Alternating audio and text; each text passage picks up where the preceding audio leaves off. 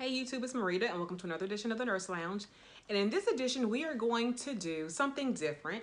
It is called Unpopular Opinion Nurse Edition. So if you want to see what I'm talking about, you have to stay tuned.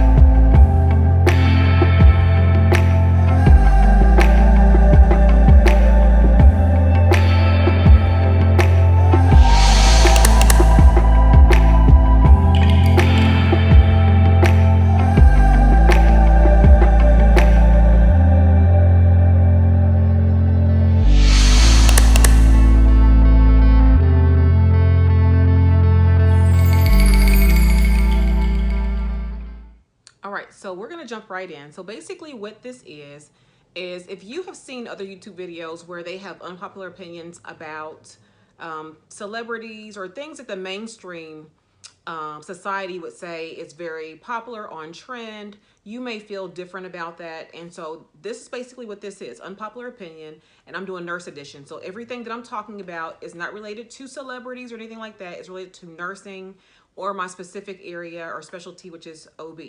So I'm going to jump right in. I have a note card here to kind of keep me on track. I will be looking at my note card from time to time just to make sure I stay on track and I don't miss anything. So I have 12 unpopular opinions that either most nurses, most patients, most physicians, or just people in general would not agree with, but this is how I feel about those certain issues or topics. So I'm going to tell you what they are, and then I'm going to give you my explanation as to why I feel that way about it. Again, this video is really more so for fun, but it's also educational in a sense. It's not really about me, saying anything negative about nursing. It's just my opinion. It is just that, an opinion. So if you think differently, that's great. There's nothing wrong with thinking differently than I think. That's why the world is the way it is. It's because we do think differently. And so if you have opinions, that you want to comment below, feel free to. This may ruffle some feathers, but I'm okay with that. That's just kind of who I am. I have an opinion, and it's okay to have an opinion about whatever I want to have an opinion about. So we're going to jump right in. Again, this is either nursing in general or it is OB. So I'm a OB, obstetrics, gynecological, nursery nurse. And so it's about either that or just nursing in general. So we're going to jump right in. And the first one I have is breastfeeding is best for who it is best for. So as you know, the American Pediatric Association or Academy states that breastfeeding is best. And obviously most moms feel that to be true. I don't agree 100%. WIC will tell you that breastfeeding is best. I don't agree 100%. And here's why. I feel that breastfeeding is best for who it is best for. That's just kind of how I see it. Meaning that I have met moms who come from different walks of life who do not have the ability to breastfeed. And so for them, formula is the option that they have. Or maybe they work in a profession that once they go back to work, they are not able to continuously pump and do things like that. And society has made it to be where they're making moms feel, and I know this for a fact because this is what moms tell me, making some of our moms feel that they are inadequate as mothers because of the fact that they can't breastfeed because they have to go work. And they don't have the luxury of taking off for 6 weeks to be on maternity leave. They have to go back to work. Or I've met moms who've left their babies at the hospital because they were going to get fired if they did not come to work that day. That is the reality of it. That's why I say breastfeeding is best for who it's best for. I did breastfeed my boys, but I actually also supplemented with that. So I nursed them first, and then after that, I would kind of top them off, if you will, with formula. All the, notions about IQs, about, ear infections or not being sick, it depends on the child. I know my girls were never breastfed, and yeah, they were a little bit more sickly. But part of that was due to other co-founding variables, such as the fact that I was a new mom. I did not know how to care for a baby at that time. So therefore I was, exposing my kids to germs unnecessarily. So therefore they were sick all the time. Now, with that being said, my third and fourth children, in terms of the boys, They were not as sickly in terms of like going to the doctor for everything, but my youngest son had skin issues, very, very, very, very bad, you know, to the point where he had an allergist doctor by the time he was 1. His skin was so bad. And I breastfed him as well. So IQ wise, you know, there's people who I know who are breastfed babies and they are average intelligence. And I know people who are strictly bottle fed babies who are very, very, very, very intelligent. Okay, so it's a nature versus nurture thing. It's just not a breastfeeding thing. So just don't fall into that trap. Number 2, as a new nurse, you should go to Med-Surg first. Now, anybody would tell you that if you are a brand new nurse, that you should go to Med-Surg first. Everyone should go to Med-Surg first. I completely disagree with that. Completely disagree. If you have no idea what you want to do as a nurse, then yes, Med-Surg is a great option for you because of the fact that you can learn a lot about, you know, Med-Surg and the basics of everything. And then a lot of times you can go and transfer into the specialty that you want to go to. And for some specialty areas, it's actually required. So you may have to do that first in order to move on to something else. So for me personally, I did not do Med-Surg first. I went straight into OB and I have no regrets. OB, or postpartum anyway, is a specialized Med-Surg because we see nothing but women. I do NG tubes. I do hypertension, diabetes, thyroid issues. We have mental health. We have some of everything in OB, pretty much. Drugs, we have it there as well. So I have no regrets personally, but I feel like if you don't know what you want to do as a nurse, Med-Surg is a great place to start. But if you do know what you want to do as a nurse, you know you want to go into OB, you know you want to go into ER, you know you want to go to these areas and they're not requiring, the hospital does not require you to do Med-Surg first, then do what's good for you. I just personally feel that for me, that I want to be somewhere where I'm truly going to be helping someone that I want to help that wants to get better. And I'm not saying Med-Surg patients don't want to get better, but sometimes they are the revolving door patients who keep coming in for the same issues because of the fact that they're just non-compliant. And so I just feel that you should do what your passion is. Now, if it is a stepping stone to get to the next one, to next level, then definitely go do what you have to do. But for me, it was not a requirement to go do Med-Surg first. So I did not. I have no regrets. Do I feel like I've missed out on anything? No, because I don't enjoy Med-Surg. When it comes to dealing with people's lives, you need to do what you enjoy doing. I feel that you are more passionate about it, you're involved, you're more engaged if you're doing something that you truly enjoy doing. And Med-Surg was just not in the line for me at all. Now, I do float to Med-Surg from time to time because we are just required to. And I take care of those patients just like I would anyone else, but it just, every time I go, it reminds me how much I don't like that area. So, all right, number 3.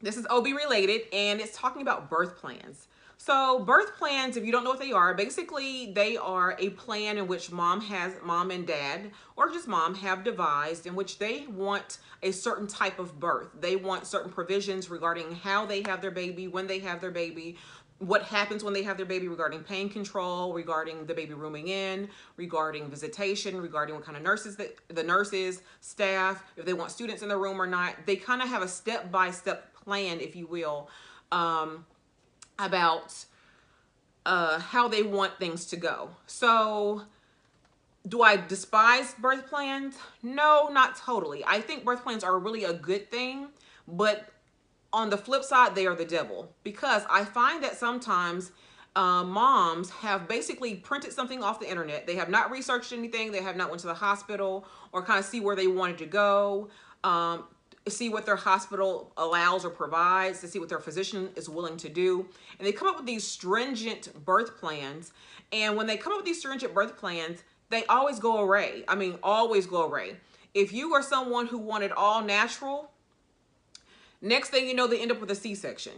I don't know what it is about how the cards are all lined up that way, but anytime we have a birth plan that is so strict in terms of, I want to have no IVs, I don't want to have, I want a birthing ball, I want a squat bar, I want to be in water, I want this, I want to walk, I want this, that, and the other. They're end up being the ones with the C-sections. Everything but what they wanted to do. They wanted to breastfeed. Nothing wrong with that. But then they end up bottle feeding because something goes awry. I just feel like if you have a birth plan, that is great. Have a birth plan, but definitely understand that you may have to change a few things. If you change a few things, like, okay, if this happens, if it's necessary to have a C-section, then you'll have to have one, and that you understand that. But some people don't really understand that. They're like, oh no, it's going to have to come out natural. Well, that's not what's going on. The baby's heart rate is like 60. It's going to have to come out. So we got to get the baby out like stat. So therefore, get the baby out.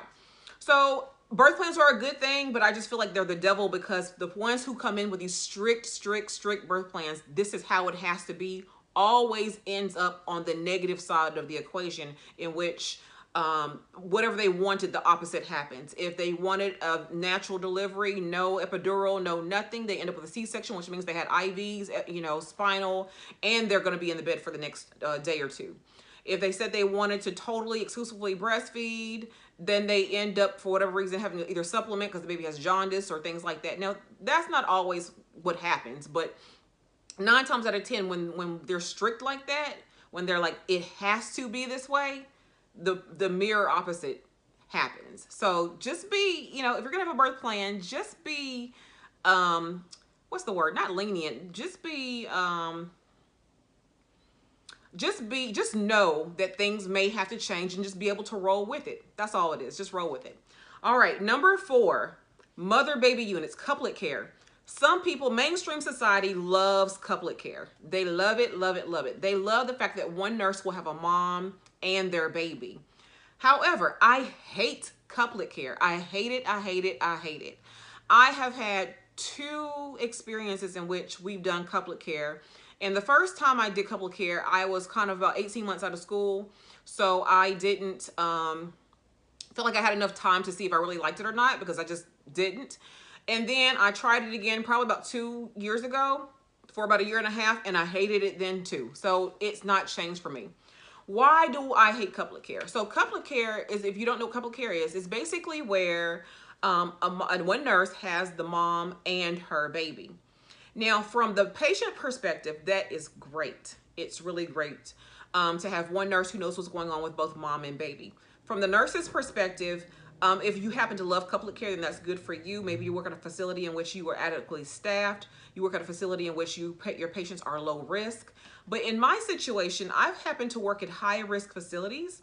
And when you work at high risk facilities, that means mom and or baby could have issues going on.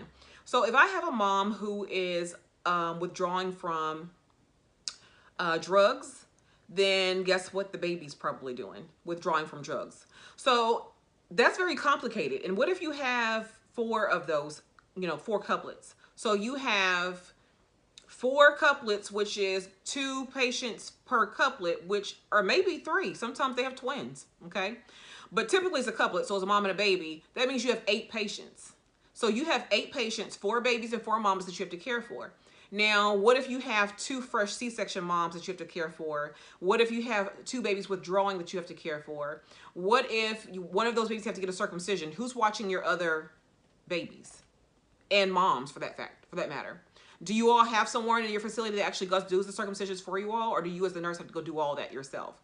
That's where the issues come in for me personally.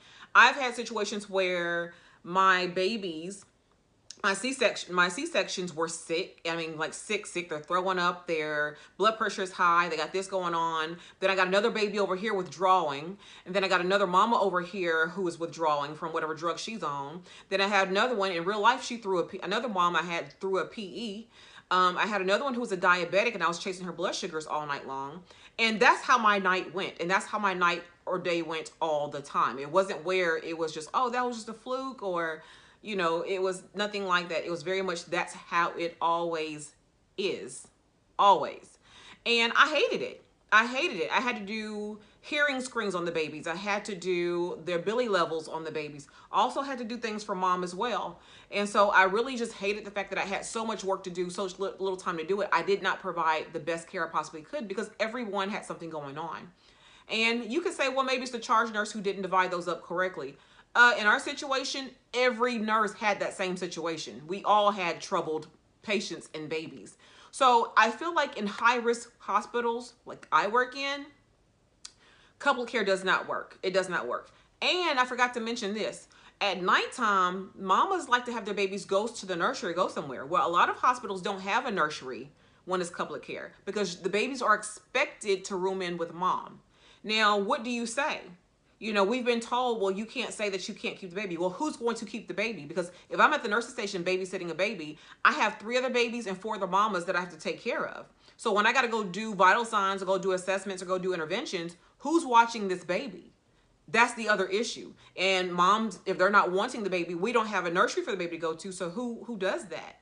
Those are the kind of issues that I am having or I have had when it comes to couplet care. So be mindful that it sounds great in theory, and I'm sure at some hospitals it works fine if you have, again, low risk patients or you have adequate staff in order to say, okay, hey, we have somebody who will sit and watch all the babies for you all. We have someone who will go do the circumcisions while you are taking care of your other patients. We have someone who are around with the physicians while you all are doing patient care. But otherwise, it's just me who's doing all of it. So I have no time to do anything really and to provide, you know, really good care. All right, so number 5, here's another one, wearing scrubs to an interview. I have seen so many people, I don't know if it's the new generation or what, but who feel that it's okay to wear scrubs to an interview. Now, I disagree. You should not be wearing scrubs to an interview. The only time you should wear scrubs to an interview is when you've been explicitly told by the manager or by HR to wear scrubs to the interview because you are about to go on the floor right after your interview. Otherwise, professionalism is always the key. Professionalism is the way you make your first impression, and therefore you should always be dressed accordingly, period. So what does that mean? You're wearing black, navy, or gray. You have minimal makeup. Your hair is pulled back if you're female. You're freshly shaved if you're a man. Nice. Your hair is nicely groomed. You're nicely groomed. You're clean. Nails are clean. That's what that means. Professionalism is always more important than just showing up in some scrubs. I've seen people come in with business casual on. I've seen people come in with some khakis on and a I don't know, just, I'm like, are you trying to get a job or are you going shopping today? You know, what are you doing? Always, always, always be dressed professional. If you were told to wear scrubs, if you're told to wear scrubs, that is the only exception to this. If you have to go to work after the interview, then bring your scrubs with you and change in the bathroom or change when you get to work. Or you shouldn't schedule an interview the day you gotta go to work anyway, if that's the case. So one or the other, bring your scrubs with you, or, you know, or don't schedule an interview the day that you have to work. But there's really not much of an excuse as to why you would be wearing scrubs to an interview if you were not told to do so. That's just how I feel about it. So, all right, number 6. I did a video on this. C equals RN. I disagree with it. I mean, I agree with it. So I do agree with it, but I disagree with the sentiment behind it. So basically the sentiment behind it, I did a whole video on this, so go definitely watch that. But basically the sentiment behind it is that just get through school, and if you get through with a C, that's fine. No, it's not fine. I don't care if you have no intentions of going on into to advance your degrees or not. It's just not fine just to settle for a C. If you did the best you can, then, you know, so be it. That's fine. But just to say I'm going to get a C and that's as far as I'm going to go, or, you know, when you know you could do better, again, that's a problem for me. C equals RN, but it does not equal graduate school or anything beyond that. Or sometimes, depending on the program, it may not even equal if you're an LPN going to, or not LPN, if you're an RN going to the 4-year program, transitioning to that program, depending on the criteria, if you have too many C's, you're not going to get into the program because programs are highly selective. So erase that mentality of C equals RN. Do the best you can. If a C is the best you can do, it is what it is. But there are some programs who won't even let you graduate with C's in your nursing program. So be mindful of that. Number 7, I hear this a lot. People say there's no need to get advanced degrees because you're not going to make any more money. So if you have that mindset, then so be it. But don't put that into the world, meaning that, no, I don't agree with that. If you feel like you have an associate's degree and the bachelor's degree makes the same amount of money, so what's the point of going to get that degree because it's going to cost you more money to get that degree? Yes, you're right. But it also creates more opportunities. It creates more options, and it teaches you something. You have been educated beyond the level of a 2-year RN.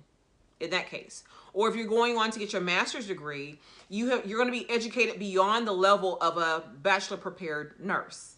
So how is there not value in education? How is there not value in that?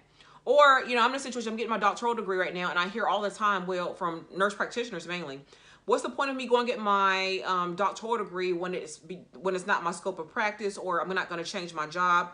It's the options that you have.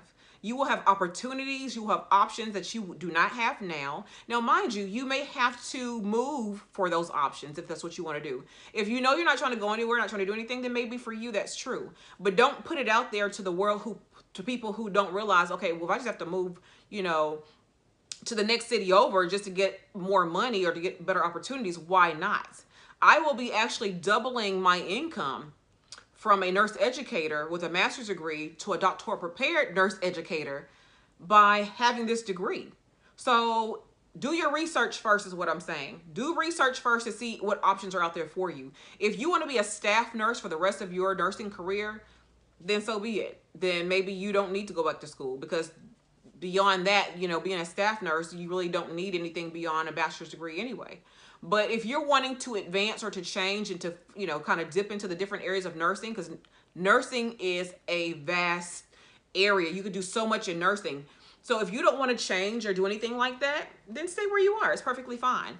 But for the ones of you who want options in life, the ones of you who want more education, more training, if you want to change how you think and how you see the world, you have to go on in school. Point blank, period. You have to do so. That's why I'm in school, because I not only want to have the highest terminal degree in nursing, but I'm telling you, this doctoral program has transformed how I think, how I see things, how I see leadership. And sometimes it's not all about money. Sometimes it's about personal growth. And so therefore we need to grow. And that's kind of how that is. All right, so let's go on to number 8. Nursing school without experience, or not nursing school, NP school. So you're getting your master's as a nurse practitioner of some sort without experience. I have seen so many nurses from the BSN program say, okay, I'm not going to work at all. I'm going to go straight into the NP program and come out as a nurse practitioner, then work. Okay, so think about this. Where are you getting your experience from? If you're not getting experience while you're going to school, so I'm not saying don't, like, you finish your bachelor's degree, say in May, and then in August of the same year, you start your NP program. I'm not saying that's the issue. I'm saying the issue is not working while you're doing that to gain the experience you need to gain. That's the issue that I have with people who do that. Because then you come out, say, 2 years after that. So let's say this is 2019. You finish your BSN, but you don't work. You start your NP in August. You finish that in 2021. And then you work as a nurse practitioner, but you have no foundation at all about what a nurse really is. So what can you really offer me with a master's degree as a nurse practitioner when you have no experience? I have met so many of these people who, some of them work at those kind of clinics, like the Walgreens clinics and things like that. I'm not saying everybody who works at Walgreens clinic is incompetent. I'm not saying that at all, because I've met some very competent ones, but I've also met some very incompetent ones who, when I get the story behind them, they have not had any experience in nursing at all, in terms of being an actual nurse. They do have a bachelor's degree in nursing, a BSN, but they have no experience. They didn't work. They went straight to NP school, and now they're going to try to tell me what's wrong with my child. I'm kind of like, you don't know nothing to tell me. Besides the algorithm that your computer tells you to do, I know what's going on with my child. But if I know what's going on with my child, I only take mine to those clinics when I already know what's going on and I need them to get a prescription. So I'm like, okay, I think my son has strep throat or he has the flu. His fever's too high. I know it's one of those two things. He's complaining about these different things. And sure enough, one of the tests will come out for one or both of those things. I just need my antibiotics so we can keep it moving. That's the only reason why I go there. Otherwise, if I don't have no idea what's going on with my child, I'm taking him to his pediatrician, someone who would know what's going on. Because I don't always trust the system that we're putting out all these nurses or nurse practitioners who are uneducated about what to do because they chose to go on to school without any experience. I am so glad that now some of these programs are requiring you to have at least 2 to 3 years experience in your area, in your field, before you come on into NP school. So I'm glad that I'm seeing that trend change in education, where we're not just taking people just for their money and people are coming out with no experience. All right, so here's another one. And I had this argument, I'm hot, sorry. I had this argument with a lot of people that I work with. So going to school online, but there's no clinical involved. So let me give you a scenario. So there's certain schools, and I'm not going to name any names because it's not about bashing any school, but there are certain schools who are not requiring clinicals in order to advance their degree. So some, like, you already have an associate's degree and you're going to get your bachelor's degree. And it's an online program, but they're not requiring any clinicals.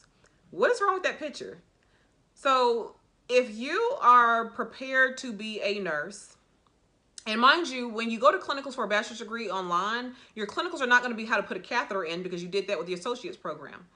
The actual clinicals will be more about leadership type things. So if you are going to be a care provider nurse in some element, or you're going on to get your master's degree and there's no clinicals involved, and you come out with this advanced knowledge but without advanced skills, then why did you go to school?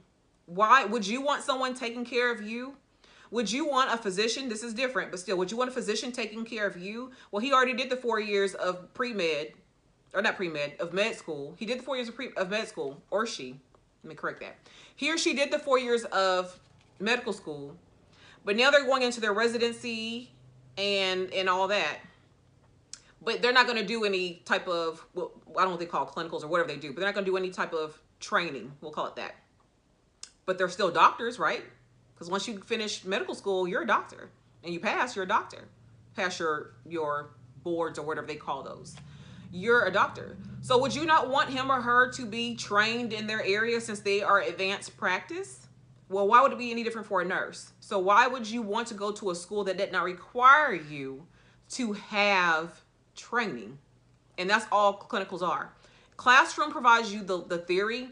The clinical provides you the training, how to apply that theory. And if you're not getting that, you are being disserviced. You're wasting your money. I do not want a nurse taking care of me, advanced practice, bachelor's degree, or anything, who has not had any clinical hours that matches the degrees in which they have, if that makes sense. Teachers have practicums. Teachers do. So if you had a teacher who say, okay, well, I have a degree in education, teaching, but yet they never had to go actually do teaching to a kindergarten class or a high school class. How do they know how to apply it if they never did anything with it? So I'm very much against those programs that allow you to get an advanced degree without the advanced training. Point blank, period. All right. The unpopular opinion that I have is that nurses run the hospital. Nurses do. So that's number 10. Nurses run the hospital. Why do I think that? I think that they run the hospital because of the fact that they do. Just that simple. If you took all the nurses at your hospital and they quit today, they go on strike. For whatever reason, they go on strike. There is not enough nurses that they can find from agency or otherwise, float pool, anything else, to cover your whole hospital worth of nurses, leaving. So why do you think that, that doctors are the most valuable people in the hospital? I'm not talking down about doctors, because doctors are necessary. We're all necessary. But the thing is, the nurse is who runs the show in the hospital. The doctor come in and he or she may see the patient for 10, 15 minutes, if that, per day. It's the nurse who's the eyes, ears, who has those senses that, like, something's not right with this patient, and calls the doctor and say, your patient, something's not right. You need to come see the patient, or this is what's going on with the patient. It's the nurse who does that. The nurses are not or nursing students are not understanding how much responsibility you as a nurse has, no matter whether you're LPN, RN, or whatever. It's you. It's not a doctor. Doctors are, unless you're at a teaching hospital, doctors are not just standing on at your side saying, hey, maybe you should do that next. Maybe you should do that next. At least not for a 12-hour shift, they're not. You have to be able to think through the process of how to care for your patient. So therefore, in my mind, the nurses are the real MVPs. I do not answer to a doctor. I answer to, not in a hospital. So people think that, there's a hierarchy, meaning the doctor is here, the nurse is here. No, I disagree with that as well. Doctors have a specific scope Nurses have a specific scope. That's it. At a hospital setting, the doctor is not who hires or fires me. It's the hospital who hires or fires me. I am able to work at that hospital the same way as that physician is able to have privileges at that hospital. So he or she's allowed to work there, and so am I. We come together for the sake of the patient, but you are not over me in that sense. I see something wrong, I call you, you tell me this is what we're going to do. But if you think about it, part of your SBAR, your situation background assessment, and R recommendation comes from the nurse. The R comes from the nurse.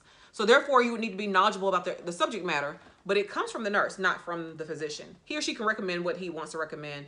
But typically I'll say, okay, this is what you want to do, and he's going to say, or she's going to say yes or no, whatever we want to do. So I want to just say that to empower my nurses to understand it's you. You are it. You are the MVP. Don't let anybody else make you feel like that you're not, that you're beneath, beneath the doctors, because you're not beneath the doctors at all. If you work in a clinic, totally different scenario. They do a lot of times do the hiring and decide if they want you or not. I'm not talking about clinics at all. I'm talking about the hospitals only. Hospitals only. So don't even come on here talking about, well, in a clinic, yeah, I know what clinics do. I'm talking about hospitals. In a hospital, if you have 300 nurses on staff at your hospital and they all quit, you're done. You're done. The doctors can't come in and do what the nurses do, nor can we go do what the doctors do to a certain extent. To a certain extent, legally anyway. A lot of things we can do, but not legally. All right, so number 11. People think that hospitals are loyal, or any job for that matter, to their employees. Negative. They're not. I have personally seen where you die today, your position is posted tomorrow, if not today. They're going to send a condolences, going to send a card or whatever to the family. Your position is posted. You are a peg in a hole. You fill the position. That's all they need you to do is fill the position. If you don't fill the position, they'll put somebody in that spot. Remember, nurses come out a dime a dozen. So it is what it is when it comes to being a nurse. There's no loyalty when it comes to healthcare, at least where I'm at. Either they, as long as you're compliant with whatever, you're usually good to go. But when you're not compliant, or when you pass on, or whatever happens to you, do not think you going to kiss everybody's tail is going to keep you a job. When they're ready for you to go, they're ready for you to go. So if you die, they're going to fill your position. I've seen also where you're about to retire in, let's say, 1 year. All of a sudden, we're about to do a mass layoff or whatever we're going to do because of the fact that whatever's going on, you're going to be one of the first ones to go if you work in front of one of them kind of hospitals. I've seen it happen 3-4 times in the past 4 years where people were on the verge of retiring and they were fired for some type of infraction that a nurse was fired because she didn't do her hourly rounding. If that's the case, then everybody would be fired, because sometimes I can't do hourly rounding every hour on the hour. I just can't. That's what they said the reason why she got fired.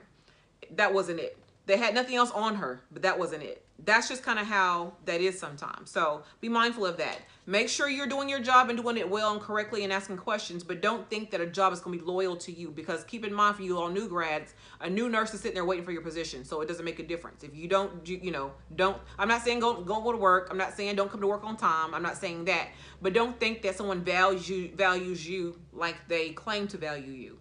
That's just not how it is. And last without least, number 12. I know this has been a long video, but I had to get these out.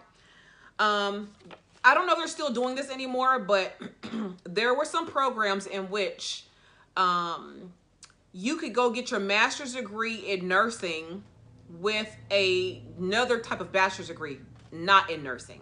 So for instance, I know someone personally who I just know them personally, and they have a degree in an undergraduate bachelor's degree in biology. They don't have nothing to do with nursing, but they're a nurse practitioner around now. They went to a program in which you can go from a bachelor's degree in whatever. So you could be a bachelor's degree in music, and you take a few prerequisite classes, and then you bridge over into the MSN program and you can become an NP. Tell me what's wrong with that picture. I don't like it because of the fact that you don't have any core foundation in nursing, period. So when I tell you there's things that I talk about to this nurse that does have this, she's a nurse practitioner, she don't know nothing. And the master's program don't teach you enough, because the master's program is usually building off of the bachelor's program, right? So when I tell you she don't know nothing, and she don't know nothing. There's things that we talk about in nursing that you understand because you went to nursing school, because you did those clinicals, because you've worked as an RN or as a nurse. Was an RN. Yeah, you have to be RN. You worked as an RN that she has no concept of because she does not have a degree in nursing. Her degree is in biology. It does relate indirectly, but only at a fundamental level. It doesn't relate at a, like true nursing level. I'm sure she had to take anatomy and physiology, but anatomy and physiology is the basis of nursing. It's not the nursing realm. It's not the nursing program, if you will. There's so much more involved in that. So I definitely want to, just say, I'm not saying all nurses are like that. So if you happen to have a master's degree and you come in nursing, you're a practitioner of some sort, and you are a great one and you don't have a nursing degree, you may be the exception, but you're not the rule. Definitely not the rule. The rule that I have seen, I've met so many of them who have come from those kind of programs who are terrible when it comes to knowing how to do an assessment, knowing how to critically think. They have not been taught how to do that, nor have they had time to practice that because they have a degree in something else. So anyway, that wraps up this video. This is a video of my 12 unpopular opinions, nurse edition. Hope you've enjoyed it. Hope you found it insightful.